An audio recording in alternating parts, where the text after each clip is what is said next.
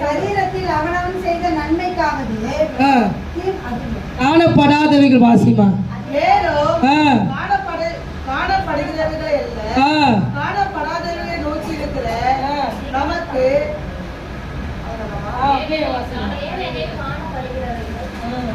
அநித்தியமானவைகள் காணப்படாதவைகளோ நித்தியமானவைகள். அப்ப நம்ம என்ன பண்ணோம்? அநித்தியமானதை தூக்கி போட்டுடணும், நித்தியமானதை பக்கத்தில் வச்சுக்கணும். அல்லேலூயா அல்லேலூயா. தயவுசெய்து இஎம்ஐயில் அளவுக்கு மீறி எந்த பொருளை வாங்காதீங்க. இது உங்களை அன்பாக வேண்டி கேட்குறாம்மா, உங்களுக்கு என்ன கையில் வருமானம் வருதோ அதில் இஎம்ஐ பொருள் வாங்குங்க. என்னால் முடியும், இந்த காசு கட்ட முடியும்னா அந்த பொருளை வாங்குங்க.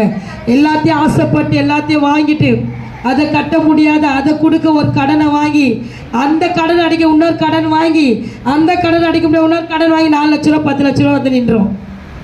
அப்புறம் நம்ம ஆண்டவரும் நம்மளை காப்பாற்ற மாட்டார். அதனால போதும் என்று நிச்சயமாக கர்த்தர் உங்களை உயர்த்துவார். ஒரு நாள் வரும், அவர் பலத்த கைக்கு என்ன பண்ணுங்க, அடங்கிருங்க, எல்லாவற்றையும் உயர்த்தி உங்களை ஆசீர்வதிப்பார். கீழே வாசிங்க மாதிரியே.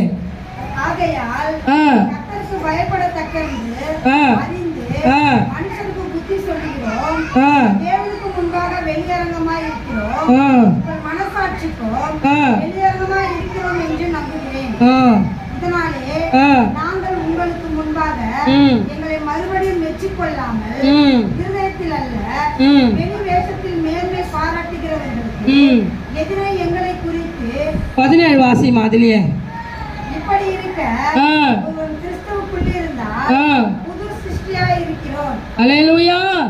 பாருங்க, பழமைகள் எல்லாம் ஒழிந்து போயின, எல்லாம் புதிதா. இந்த கைகளை தட்டுவோமே. அல்லேலூயா அல்லேலூயா. ஒருவன் கிறிஸ்துக்குள்ள இருந்தா இருக்கணுமா, புது சிருஷ்டியா இருக்கணுமா. பழையவங்களை என்ன பண்ணணுமா, ஒழிந்து போயிடும். பழைய சுபாவம் கீழே வாசிங்க அதுலயே 18.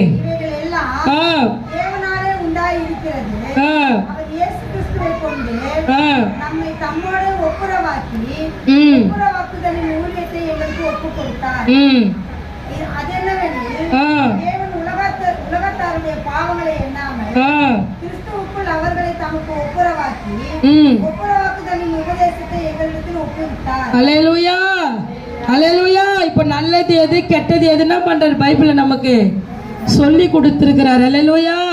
பாவத்தை தேடி ஓடுனவங்கள மரணம் தான் சூழ்ந்துச்சு பைபிள்ல. அல்லேலூயா. பாவம் செய்யற ஆத்துமாக்கு என்ன வரணுமா, மரணம் வரன்றாரு. அல்லேலூயா. பாவத்தை விட்டு வெளியே வரவங்களுக்கு தான் என்ன பண்ணுவார், கிருபையை கொடுப்பாரு. அல்லேலூயா. அப்ப நம்ம பார்க்கறது மேலாம் என்ன பண்ணாதீங்க, இந்த பொருள் வேணும்னா ஐசப்படை கேளுங்க.